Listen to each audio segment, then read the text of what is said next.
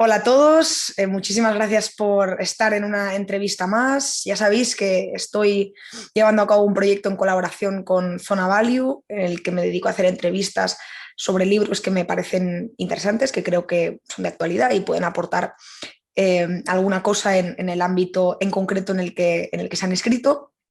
Hoy tengo el placer de tener a Armand Basurto con nosotros.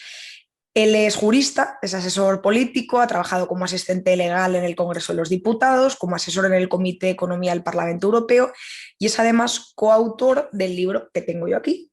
A ver, que se vea bien.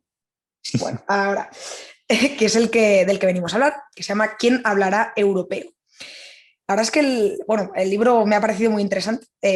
No me esperaba que estuviese enfocado, digamos, que prestase tanta atención a la parte lingüística, lo cual me ha parecido muy curioso. Y nada, te agradezco muchísimo que hayas aceptado la entrevista y también que me has permitido leer tu libro. Nada, gracias a ti por leerlo y también, bueno, por dedicarnos tiempo para que pueda explicarlo y comentarlo ahora. Pues una de las primeras preguntas que me gustaría lanzarte es sobre una de las cosas que tratéis al inicio del libro, que es la importancia cultural e identitaria de las lenguas, ¿no? De cómo sirven para forjar identidades, pero también, digamos, para desarrollar la forma en la que nos vamos a comunicar, ¿no? Pues por la riqueza del lenguaje y por otro tipo de cuestiones. Y esto ligado a la fragmentación lingüística de Europa, que es un factor bastante interesante, ¿no? Sobre todo, digamos, para entender luego la unión política económica que se ha producido. ¿Cómo crees que afecta esta fragmentación lingüística en la construcción de ese etos europeo? Bueno, es una pregunta, bueno, realmente es la pregunta a la que intenta dar respuesta al libro en muchos sentidos. Yo diría que afecta mucho porque si acudimos a una perspectiva comparada, ¿no? A países que no tienen una lengua común y entendiendo lengua común como una lengua que utilicen todas las personas, sí que es verdad que es muy difícil que existan esferas públicas que sean comunes a toda la población, ¿no? El caso más obvio, por ejemplo, es el de Bélgica, ¿no? Que una mitad del país habla neerlandés y la otra francés, y entonces tienen, este es un ejemplo un poco tonto, ¿no? Pero yo creo que ilustra bastante bien una radio-televisión en neerlandés y una radio-televisión en belga, ¿no? Y cuando tienen que elegir la canción de Eurovisión, unos la eligen en los años pares y otros en las impares. Es decir, incluso países que tienen 200 años de historia, pero no tienen una lengua común, han tenido problemas muy, muy serios a la hora de crear un etos o un demos o, bueno, como se le quiera llamar. Entonces, a nuestro juicio, sí que es un obstáculo.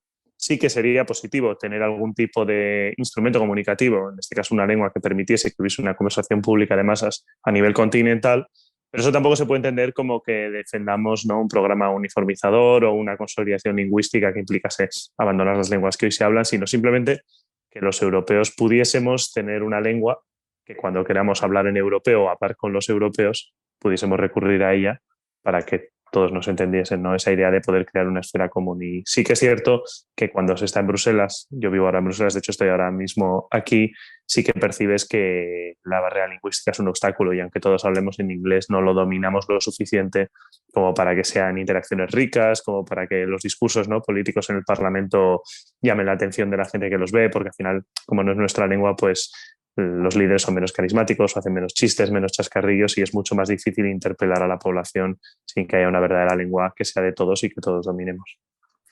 Normalmente suelo hacer las preguntas, digamos, siguiendo un poco el orden del libro, pero creo que es más interesante que esta vez cambie el orden, no por las cuestiones que tú has planteado.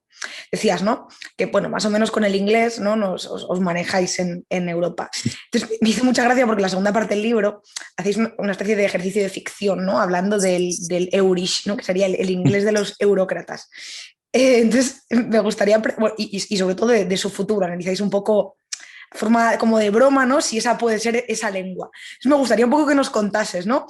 ¿Cómo vives tú, sobre todo desde tu experiencia personal, lo que es porque sé que ha sido estudiado y demás, lo que es el fenómeno del Euris, y si crees que eso puede llegar, digamos, a unificar como tú crees que debería poder unificar una lengua común?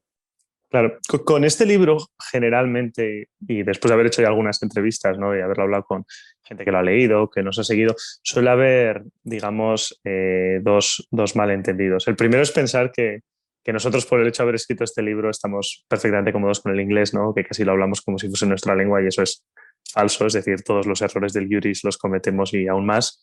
Y el segundo error es pensar que precisamente por haber escrito un libro sobre esto y plantear una pregunta como título tenemos una respuesta a cuál va a ser el futuro, ¿no? Entonces, con el Juris pasan varias cosas y yo creo que la principal es que sí que es cierto que se está gestando una variante del inglés que tiene unos rasgos europeos, ¿no? Y la razón es muy sencilla. Si todos tenemos una lengua materna, cuando hablamos inglés inconscientemente muchas veces, pero otras veces por comodidad, metemos expresiones para hacernos entender en nuestro propio idioma o utilizamos preposiciones que en nuestro idioma tienen sentido después de determinados verbos, pero no lo tienen en inglés, etcétera. Y al final, pues algunas van permeando, ¿no? Si coges una forma de hablar que viene del español, pero de repente un día ya un francés la empieza a utilizar porque la ha oído mucho en Bruselas y empiezan a volverse en comunes. Entonces, ¿qué es el Juris? Es simplemente el inglés que se habla en Bruselas y que ha ido incorporando trozos, expresiones o incluso errores que traen como causa el hecho de que los hablantes europeos tienen otras lenguas. ¿Qué futuro tiene esto? Bueno, de momento es una variedad del inglés, no es un habla siquiera, muchísimo menos un dialecto, que se va consolidando, que la gente cada vez la utiliza más desacomplejadamente, es decir, muchas veces somos conscientes de que hay formas que son erróneas o que no son habituales o que un hablante nativo de inglés no las utilizaría, ¿no? Como empezar todas las diciendo el principle para dejar claro que algo no es seguro, pero que bueno, al final las terminamos utilizando porque nos hemos acostumbrado a ellos, ¿no? Y así es como surgen las variedades dialectales. Entonces, si me preguntas mi opinión de qué creo que va a pasar, yo creo que esto va a ir consolidándose, seguramente se generen más variedades, se vayan ampliando, etcétera, pero mientras no haya una comunidad fuerte de gente que lo utilice más allá de las pocos miles de personas que viven en Bruselas y que recurren diariamente al inglés en las instituciones europeas, etcétera, veo difícil que se pueda convertir en un dialecto per se. Pero que existe un inglés diferenciado que se habla en Europa y que poco a poco va ganando recorrido, eso es una realidad indudable para cualquiera que haya vivido un tiempo en Bruselas y haya podido escuchar esos modismos extraños que se escuchan por aquí. Claro, porque ¿en qué medida es viable esa idea de una lengua común como forma de cohesión de los ciudadanos europeos? Bueno, viable, yo diría que sí que es viable, es decir, el dominio del inglés por parte de la población europea se ha extendido muchísimo en los últimos 70 años y hay países de la Unión Europea que demuestran que puede no ser una cuestión de clase, es decir, si vas a los países escandinavos, a países como Holanda, prácticamente toda la población tiene un nivel de competencia muy elevado en inglés, ¿no? Mientras que en los países del sur sí que es cierto que todavía hoy el inglés puede ser percibido como un idioma que hablan mejor las élites o personas que están muy acostumbradas a viajar o que tienen un perfil internacional, pero hay otros países que demuestran que se puede hacer un programa educativo que lleve a que toda la población pueda desdoblarse en otra lengua. Y ese yo creo que es el futuro que le aguarda al inglés común, ¿no? No una Europa en la que todos hablemos en inglés, sino una Europa en la que los españoles hablemos entre nosotros en español, pero cuando vayamos a escuchar un discurso público en Europa, cuando tengamos que llamar a algún alemán, no haya una barrera lingüística porque los dos podemos entendernos perfectamente en inglés, no nos resulte difícil hacernos entender, podamos seguir un discurso o incluso no nos resulte cansado, ¿no? Porque muchas veces cuando hablamos lenguas que no dominamos mucho es más fácil desconectar o da pereza, ¿no? Ponerse a ver un discurso en otro idioma que no entendemos tanto. Entonces, yo creo que una lengua común sí es viable desde ese punto de vista. Es decir, si hablamos de simplemente sustituir una lengua por otra, no. Pero si hablamos de que podamos desdoblarnos en inglés, yo creo que ese es el horizonte hacia el que avanzamos. Claro, y me parece interesante porque hablas del inglés, evidentemente el inglés es innegable, ¿no? Que se ha convertido en la lengua común, yo diría que no solo en Europa, sino en muchas partes del mundo. Sin embargo, tú haces un poco bueno, hacéis un poco de recorrido, ¿no? A través de las lenguas, digamos, que de alguna forma le hicieron la competencia al inglés, ¿no? Y sobre todo me interesa la figura del francés, porque en un momento dado, sobre todo en sus orígenes, digamos, es una lengua, y además yo creo que es una lengua bastante hablada en Europa y bastante hablada por diferentes países. Mi pregunta sería, ¿qué sucede, ¿no? para que el inglés de alguna forma le vaya ganando terreno al francés? Claro, aquí hay varias razones, ¿no? La principal, obviamente, es que el inglés es el idioma global e incluso en esferas diplomáticas como la ONU, etcétera, ha terminado por sustituir al francés y que también es el idioma de los negocios y de la economía. Y eso, evidentemente, tiene un peso. También lo tiene en las películas de Hollywood, ¿no? La esfera cultural que hace que muchísima gente esté expuesta al inglés desde su casa sin muchas veces ser consciente de ello, ¿no? Mientras que el francés, en ese sentido, sí que ha cojeado un poco más. Pero en Europa, que como bien dices, fueron unas comunidades económicas que se construyeron bajo la premisa de que iban a ser organizaciones internacionales y por ello el francés, que era la lengua diplomática, pasó a ser su lengua de uso. Ha habido 3 momentos que han significado la pérdida total de terreno con respecto al inglés. El primer momento es cuando se crea el mercado único europeo a finales de los años 80, que eso hace que de repente muchísimas empresas pasen a tener intereses comerciales en Bruselas. Es decir, lo que se decidía en Bruselas, las regulaciones para comerciar en otros países, los aranceles, etcétera, se decidían aquí. Por eso tuvo mucho sentido que las empresas creasen sedes en Bruselas, que apareciesen los lobbies, etcétera. Y evidentemente todo ese sector empresarial, a diferencia del mundillo diplomático, se comunicaba en inglés. Entonces empezó a llegar gente que hacía su trabajo en inglés, que reportaba a empresas en Estados Unidos, en Reino Unido, que hablaban en inglés y demás. El otro momento es cuando entraron los países de la EFTA en 1995, Austria, Suecia, que eran países que no estaban tan habituados a estudiar el francés en las escuelas y usaban mucho más el inglés. Y la puntilla realmente es cuando entraron los países del este, porque ahí sí que no había habido exposición, digamos, a la enseñanza en francés y ese ya fue el momento en el que el francés perdió definitivamente pie. Y ahora con el Brexit se habla mucho de que, bueno, se habló sobre todo cuando se produjo el voto, ¿no? La marcha de los ingleses podía provocar que el francés recuperase terreno, pero 5 años después podemos decir que eso no ha sido así. De hecho, el hecho de que los ingleses hayan ido hace que el inglés sea más bien un terreno común, ¿no? Un level playing field o un campo neutro en el que, bueno, pues ninguno lo dominamos del todo, pero nos podemos entender, mientras que hablar francés evidentemente daría una ventaja muy importante a algunos Estados miembros. Claro, porque el inglés no ha dejado de ser, ¿no? Lengua oficial en ninguna de las instituciones europeas. No, sigue siendo lengua oficial y lengua de trabajo. Claro. Es importante también eso, sí. Realmente no ha perdido terreno en ningún ámbito.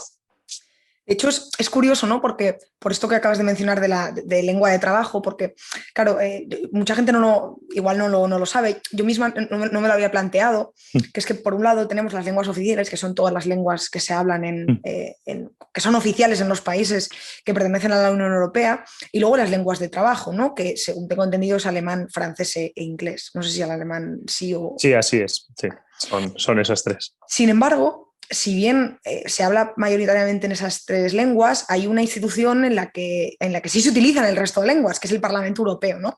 Y en Claro. la segunda parte del libro creo que es, pues habláis de los problemas que eso tiene, ¿no? Ya no solo a nivel de gasto, porque evidentemente es un gasto enorme, ¿no?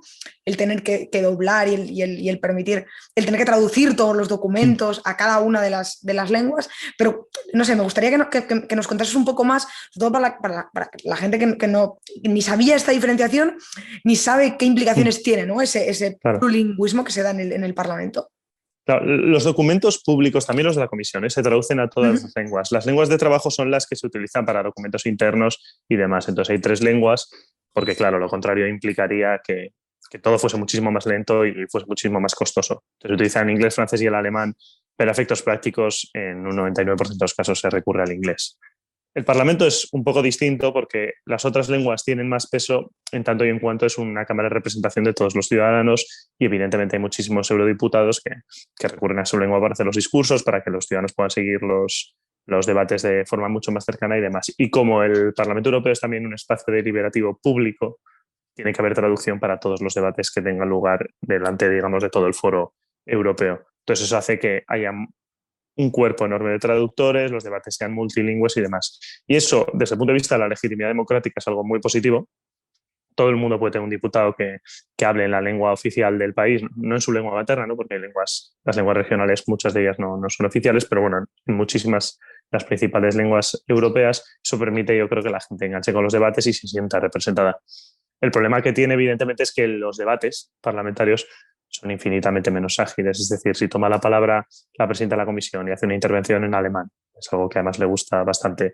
Luego toma la palabra un diputado español y habla en español. Luego un escandinavo es igual, habla en inglés porque ahí hay más tradición, pero luego uno en francés. Y tienes que estar pendiente de la traducción, que claro, es un tono totalmente monocorde, ¿no? Al final se limitan a transmitir el mensaje, pero se pierde la expresividad, se pierden muchas veces las bromas, la traducción llega a destiempo, entonces si un eurodiputado ha hecho un chiste, primero lo oye el que lo han traducido al inglés, luego el que lo traduce al francés y la gente se ríe a destiempo. Es decir, da un poco sensación de diálogo de sordos. Y eso también es un problema para a la hora de hacer atractiva la política europea, que es algo de lo que se habla a menudo, ¿no? Es muy difícil enganchar a un nivel, bueno, visceral o apasionado, como se le quiera llamar, con los debates que hay en el Parlamento Europeo, porque existe esa barrera lingüística que es invisible, pero es al mismo tiempo muy evidente cuando se siguen este tipo de debates. Y ahí, si bien es cierto que en los últimos años cada vez hay más eurodiputados que intervienen en inglés, todavía falta mucho. Y incluso cuando lo hacen en una lengua como el inglés, que entendemos la mayoría de las personas, como no es su propia lengua, son intervenciones a las que les falta el brillo que podrían tener, ¿no?, si lo hiciesen en su lengua materna. Yo creo que el ejemplo más claro de eso es el alto representante para Asuntos Exteriores de la Unión Europea, es Josep Borrell, que cuando compareció por todo el tema ruso, le hicieron todo tipo de preguntas y él comenzó a responder en inglés, y la verdad es que lo hizo de forma bastante discreta, no brilló especialmente, y en muchos momentos le pillaron, y hubo un momento en el que pasó al castellano, y digamos que volvió a ser el Borrell que todos los españoles conocemos, que es una persona eso que está siempre en el toma y daca, que tiene réplicas muy afiladas, muy rápidas, pero claro, al estar contestando en una lengua que no era la suya, se perdía mucho del carisma que tenía el político, y eso es uno de los problemas que implica eso, pues el multilingüismo. Pero bueno, es una complejidad con la que tenemos que manejarnos todos, yo creo. Y por último, yo creo que todo esto que tú nos estás contando puede tener muchas implicaciones con todos los fenómenos euroescépticos o todos aquellos movimientos que, digamos, que apuestan más por mantener la soberanía nacional, ¿no? Entonces, mi pregunta sería, tanto, ¿qué papel debe jugar el inglés, que yo creo que más o menos ya nos lo has contado, como lengua cohesionadora, ¿no? ¿Y qué hacemos, o dicho de otra forma, si eso puede hacer que cada vez más los discursos euroescépticos o nacionalistas y demás, digamos, se afiancen, ¿no?, en esa idea de un poco nos están intentando homogeneizar, hay que defender el particularismo de los diferentes países, ese tipo de cuestiones? Claro, nosotros en el libro hacemos una advertencia y decimos que hay un gran peligro con el auge del inglés, que es que si se genera, digamos, una comunidad angloparlante en las principales ciudades, en Bruselas, etcétera, que se comunica en inglés, que tiene sus propios usos, casi hasta un inglés propio, eso al final puede generar una fractura importante en la sociedad, y que haya mucha gente que diga, bueno, resulta que la gente que está decidiendo mis destinos, por ponerlo de una forma un poco ampulosa, habla otro idioma, tiene otros usos, tiene incluso otra identidad cultural, y entonces yo no me siento representado, ¿no? Esa idea de la que hablamos de la legitimidad de que tu diputado hable en tu lengua se rompería, y eso generaría, bueno, casi podríamos decir que el auge populista sería el menor de los problemas, porque podría haber incluso una verdadera ruptura del contrato social, que la gente dice, bueno, yo no me siento representada en absoluto por esta supuesta élite. Entonces, ese es el principal peligro, y para eso, y aunque suene algo clicheico decirlo, la solución es la educación. No puede haber una verdadera conversación común si esta es una conversación de élites, digamos, de un salón de un club de caballeros en el que todo el mundo se expresa en inglés, ¿no?, como los aristócratas rusos que hablaban en francés, y el resto de la población no tiene ningún tipo de acceso, y el inglés se configura como una barrera enorme de entrada para participar en el debate público.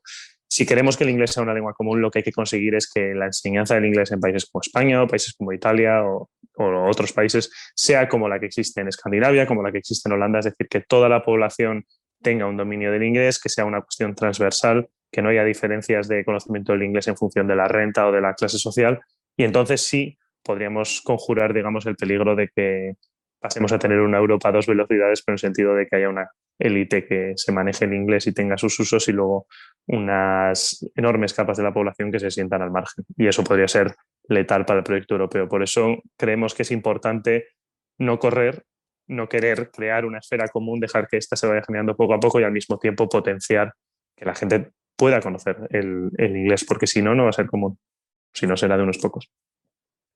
Claro, no, totalmente. Yo creo que, bueno, que habéis hecho un trabajo muy interesante, que es, aunque como tú decías, todo puede sonar un poco clicheico, yo creo que es importante, y sobre todo me ha gustado mucho esta parte, ¿no?, en la que habláis de las élites, de esa separación entre élite y ciudadanía, que es algo yo creo que, bueno, que los que nos dedicamos a la ciencia política de muchos años que vemos, ¿no?, esa gran separación que hay entre los ciudadanos de a pie, no solo por la lejanía de las instituciones europeas, ¿no?, que no están en nuestro propio país, sino también por lo que dices, porque se generan una serie de dinámicas que nos son completamente ajenas, ¿no? Entonces a eso, evidentemente, la lengua puede puede contribuir. Así que yo la verdad es que recomiendo a todo el mundo que se lea el libro. Es un libro muy cortito y entonces a veces, o sea, a veces no tiene que ser un gran libro, o sea, un libro muy, muy largo para poner de relieve temas que son muy interesantes. Y nada, y te agradezco a ti muchísimo este rato que nos has estado contando y Nada, espero te que lo de verdad os agradezco vaya muy bien con el yo a libro. ti, he disfrutado mucho charlando y eso, el libro, como bien dices, es cortito, yo creo que es ideal para leerlo en una tarde de fin de semana, algún día de lluvia o así. Y nada, está disponible en librerías, también para las plataformas online y ahora que va a salir la segunda edición no va a haber problemas para que llegue, que sé que ha habido alguno. Así que nada, y os animo a leerlo y nada, y te agradezco a ti que hayas tenido la amabilidad de invitarnos para contar un poco de qué va y también para discutir todas estas cuestiones que yo creo que se va a escuchar hablar bastante de ellas en el futuro. Perfecto, pues yo también voy a dejar, lo hago siempre, el enlace para que puedan comprar el libro, para que lo tengan fácil y no tengan que buscarlo cuando vean esta entrevista. Y nada, espero Fantástico. que les guste. Muchísimas gracias Muy de bien. nuevo. Gracias a ti.